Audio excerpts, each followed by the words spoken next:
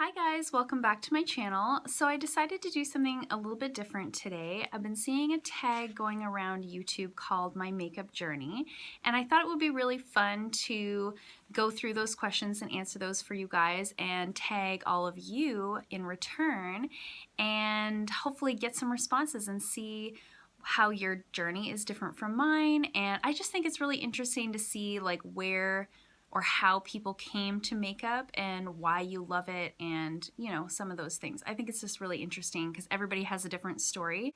I think Annette's Makeup Corner is the first person to start this tag, so I will link her video below and Kelly's video, which is the one that I had seen originally. So I have a little book here just with the questions. I didn't answer them. I wanted to sort of keep it fresh and keep it very natural. It's not, I don't have like a script ready or anything like that. So I think there's 10 questions, so I'm just going to go through the questions. So the first question is, how old were you when you started wearing makeup? I was really young. I had an older cousin growing up who, she's a couple years older than me. It's so funny because she ended up being a hairdresser and I ended up being an esthetician. So we used to give each other little makeovers, and I remember that from like a very young age. So I always remember I loved to play with makeup. I thought it was really fun. We made a really big deal out of Halloween in my house, and like the most fun part of that was like getting dolled up and doing all the makeup, and we had like a drawer in our bathroom with like all the costume makeup. So from a very young age, I was always interested in makeup. When did I start wearing makeup like regularly? I want to say it was like grade 6 when I started like hiding makeup in my school bag and like putting on all the dark eyeliner and like dark lipstick and stuff, going through like a weird like gothic stage or something. Like I can remember doing that in like grade 6 before I was really allowed to wear makeup. So very young is my answer.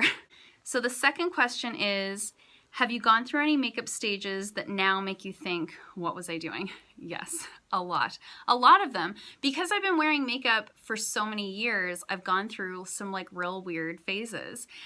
So there was the like heavy eyeliner, dark lipstick stage when I was like way too young to even be wearing makeup. The biggest thing that I think lasted the longest amount of time was doing all the makeup but not doing anything with the eyebrows.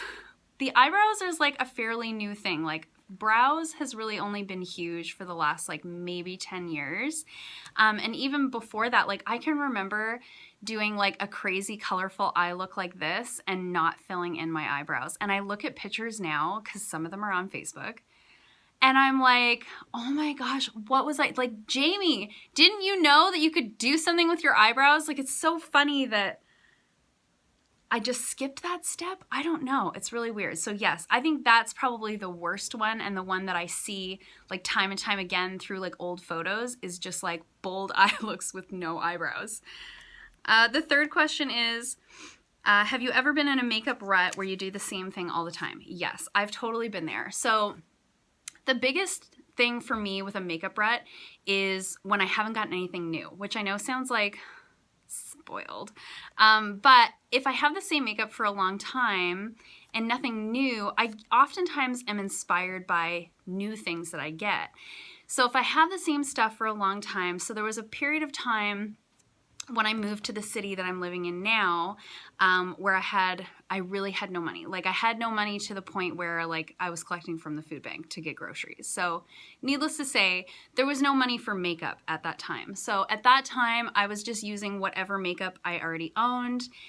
And I just went through like years where all I did was like a smoky eye, you know, varying shades of color for the smoky eye, but always a smoky eye, you know, dark on the lid and blended up to the crease. And that's sort of what I did for the longest time. So that was probably my biggest makeup rut. Question number 4, what was your first high-end purchase? So my first high-end purchase was definitely like single MAC eyeshadows. That was the big purchase. So in those days, probably 15 years ago or longer, MAC makeup was huge. There was no good makeup other than MAC makeup. MAC makeup was the be all and end all. So when we would go as like a family, we don't have a MAC store in Fredericton where I live. We still don't, and we didn't then, and we didn't anyway. We would go on little family trips, and I would find a MAC store in whatever mall that we were at, and I would buy like one single eyeshadow with my own, you know, allowance money or whatever from any little job that I had. So I remember those like MAC eyeshadows, and I might buy one or I might buy two, but those were like the big thing that I had to have, which is so funny because I was probably wearing like Bonnie Bell like lip smackers with my MAC eyeshadows, but I thought I was like super fancy. What makeup items have you repurchased the most, and is it still in your collection? Great question. So probably the things, I think there's two things that I've bought, like repurchased the same item multiple times. So number one, I bet you guys can guess what it's going to be. You can't answer me. The Maybelline Age Rewind Dark Circle Corrector. That is my be all and end all under eye concealer. I love it. I get the color neutralizer. I have probably bought, I don't know how many of those I've bought. I've bought a lot of them. When I run out, I buy another one. When I'm close to the bottom, I buy another one. So I always have backups of that. And the Physicians Formula loose powders. I love those. Nobody talks about them. I freaking love them. I think they're amazing. I've bought more expensive powders, and I always go back to the Physicians Formula one. It's one of the few powders that doesn't have talc in it. Talc breaks me out. So I have a backup at home right now. I always have backups of those. I would say I've been using that for, I want to say I've been using that for 10 years. I've bought it a lot of times, so you guys can do the math. Probably I've bought a dozen of them at least, or no, more than that. I've probably bought like 2 a year for 10 years, let's say, something like that. So the next question is, what do your friends and family think of your makeup obsession? I like to think that they love it. As far as my friends go, I think they really do love it. So a few weeks ago, we went to see my friend Kate. There was like 6 of us in total, 3 girls, 3 guys, you know, 3 couples, I guess is what I'm trying to say. And we weren't even there yet. And one of my girlfriends was like, what'd you bring for makeup? She's like in the car going through my makeup bag. And then as soon as we get to my friend Kate's house, she's going through my makeup. So we're going through, I had brought some stuff for them to have for my last declutter video. And then they wanted to go through like what I brought for myself. So I think they enjoy it. I get a lot of texts from friends and even like my mom, like, I'm at Walmart and you told me that something was good. What was it? You know, I get a lot of those. I get a lot of that from my clients. So I think they enjoy it. I think probably the men in my life don't particularly care, but I don't think anybody's like offended by it. I think if anything, they enjoy it. I think they enjoy it. The next question is, who or what inspires the way you do your makeup? So I mentioned before that I get inspired when I get new makeup. So the biggest thing for me is like eyeshadow palettes. I love eyeshadow palettes. You guys know that. You've seen my BoxyCharm videos. I get very excited when there's a palette in there. That is, to me, the biggest inspiration. When I get a palette and I look at it, I just immediately start thinking of like different looks that I want to do with it and what colors I could combine and what lips would look good with that eyeshadow look. Like I get really inspired by, I guess, colors and how you can put them together in sort of unexpected ways, different ways, stuff like that. So that's one way. And then of course, I follow a lot of like makeup people on Instagram. So I love that because I might see a color combination there that I would have never thought of, or I might try something new because I saw it online. I was like, oh, I wonder if I could do that. So I'm a very visual person, so those are the things that inspire me the most. I do have like a makeup board on Pinterest, but I forget to look at it. I'll see something and I'm like, oh, I'll save that and I'll try to, you know, draw some inspiration from that, but I never go back to that board and look at it. So I would say mostly I'm inspired by my collection. So I try to keep my collection as something that inspires me to do sort of different things. Describe your current makeup style in 3 words. Everyday glam. Those are the 3 words I'm going with.